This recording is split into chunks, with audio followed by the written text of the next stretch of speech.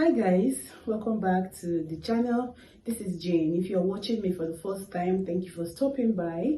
I know this is my first time of actually doing a sit down video for some of us who are new on this channel.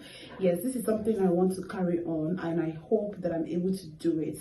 So today I'll be showing us how to sew this dress right behind me. Okay, so if you're new to my channel, you're welcome. Kindly subscribe, and I want to thank all of my subscribers. You guys has always come through for me.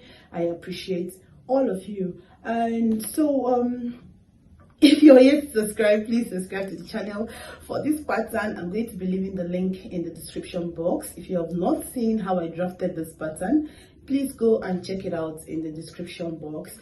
Now before I move on to the sewing part of this video, I'm going to just share one or two things with us, especially for beginners. Now, if you are a beginner, I wouldn't advise you to use a stretchy fabric. This fabric I use here is a velvet stretchy fabric. Okay, it stretches like very good on one side, and on the other side the stretch isn't that much. There's just kind of stiff on the other side. So if you're a beginner and you're going to be using the stretchy part, I won't advise you to use this fabric. Why? Because you might not be very conversant with fabrics at this point. So our advice would be use something like a crepe, or a fabric that has some sort of stability on it. All right. Now also for your sewing machine, if you don't have an overlocker for this, not just this, for any kind of stretchy fabric at all, I will advise you to use your regular sewing machine on it, except you just want to go through the stress and you have a lot of patience. In my case, I don't have an overlocker and I went through that stress. Something I wouldn't want to do again, but it's just a tip. If you don't want to go through all of that stress, or if you have a sewing machine that has a stretches on it, or one of those machines that have zigzag and stretches on it, you can use that to make this stretchy dress, or any kind of stretchy dress you're making. I hope you guys would enjoy this video. I'd like to thank all of my supporters for being by me, sticking by me through thick and thin. A lot has been going on, but hopefully I get to share some of them with you guys. I'm hoping you guys are going to be enjoying this new phase of me being here and talking to us, you know. And let's just jump straight into the video before I just talk rubbish here. All right guys, see you guys in my next one, and right here is the video. So guys, this is my pattern. This is the front and the back. Now one mistake that I made, and I won't want you to make that, is when you are drafting your pattern, please do not include a sewing allowance to it. And also I would advise that you take out 2 inches from your main measurement. So let's say if your waist was 30, you can take out 2 inches from 30 before you draft this on your pattern. So the reason why I'm saying this is because now this fabric is a stretchy one. It stretches really well. So if you don't take out those 2 extra inches from your pattern, it's going to come out a lot bigger than you thought. And if you ended up adding extra seam allowance to it, it's not going to be necessary. You will not really be needing all of that, because the fabric stretches a lot and it's going to give you a lot of room to sew. So don't add extra sewing allowance to your pattern, and I advise you take out 2 inches from your pattern when drafting your pattern. So right here on my table, I have placed my pattern on my fabric. So for you to transfer your pattern onto your fabric, all you need to do is to just place it on your fabric and you cut out the exact shape. So let me still repeat myself. The reason why I have all of this sewing allowances is because this is my first time of working with this kind of extremely stretchy velvet fabric. I didn't expect it to come out this way, so don't make the same mistake that I made. Just go ahead and take off all of the allowances. Also for the front, I have also cut it out and I used my scissors to mark out the points where I have all of my openings, all of my slashes. I use my scissors to indicate that on my fabric, so that when I come to pleat this on my fabric, it will be a lot more easier for me. Okay, so that's what I've done. And I would also advise, if you don't want the two sides of your wrap to have the split, you can do the split on one side and the other side would be plain. But for me, I had my two pleats on the both side of my wrap, if you get what I mean. Okay, so here this is it. So the first thing I'm going to do is to go ahead and pleat all of my wrap on the front panel of my pattern, and I'm going to go ahead and sew in the dart for the back. So this dress wouldn't necessarily not need a dart, but if you want to use a dart, you can go ahead, just because of the kind of fabric I'm working with. But a dart is really not that important for the back. But since I already have it on my pattern, I'm going to go and stitch up the dart for the back. And after stitching up and pleating the front panel into place, this is what we have. All right, now that we are done with that, I will go ahead and fold in the neckline of this wrap, okay, for the front. So I'm just going to fold it in by 1 inch. You can do a bias tip if you have one, if you want to, but I'm just going to roll this in and just stitch it up like that. So that is how I'm going to be concealing the neckline of this wrap dress. So here, after that, now we're going to be working on the band. But before we attach the band to the fabric, to the main fabric, I'm going to go ahead and stitch up the both sides of my wrap. So I'm just going to join them together at the waistline. So after you've done that, you've folded in the neckline, you've concealed the neckline, you're going to place them side by side on each other, and you're going to join them at the waistline right there. All right, so for the back as well, I went in to stitch up my darts, which I previously stated. So I'm just gonna head to do that, and this is what the back panel looks like. Now we are going to be attaching the band to the fabric. So I'm going to be placing the back part of my band. So just take your band. The way we cut out the fabric is how you're going to be cutting out the band. So the way we cut out the main piece, that's the front and the back panel, is how you also be cutting out your band. So if you've not seen a video on how we drafted this pattern, please go check it out. It's on the description box. So right here, I will be placing my band on either side of the back panel. I will also do the same thing for the front. All right, so I'm just going to place them right sides facing each other. Now this is where the work begins. You know, this is stretchy, so you might not want to cooperate, but just be very patient with it and it will work. So I'm going to be placing them right sides facing each other for the back, the two pieces of the back, and I'm going to use my pins to secure all of the edges, okay, so they just stay where I want them to stay. And also for the front, I'll do the same thing. I'll grab the front band and I'm going to be placing it on the waistline of my front panel, and I'm going to also use my needles as well, my pins as well, to secure the front panel to the band. And I'm going to take it to the machine and we are going to be stitching it by 1/2 inch. So we're going to be joining the band to the main fabric by 1/2 inch on that part. So okay, so let's go do that. Now after we've done that, this is what it came out looking like. All right, so this is what after joining the band to the fabric, this is what it looks like. So you can see where the band is starting from and where it's stopping, starting from under the bust and stopped at the waistline. So this I have done for the front, and I repeated this same process for the back. Here is what the back looks like.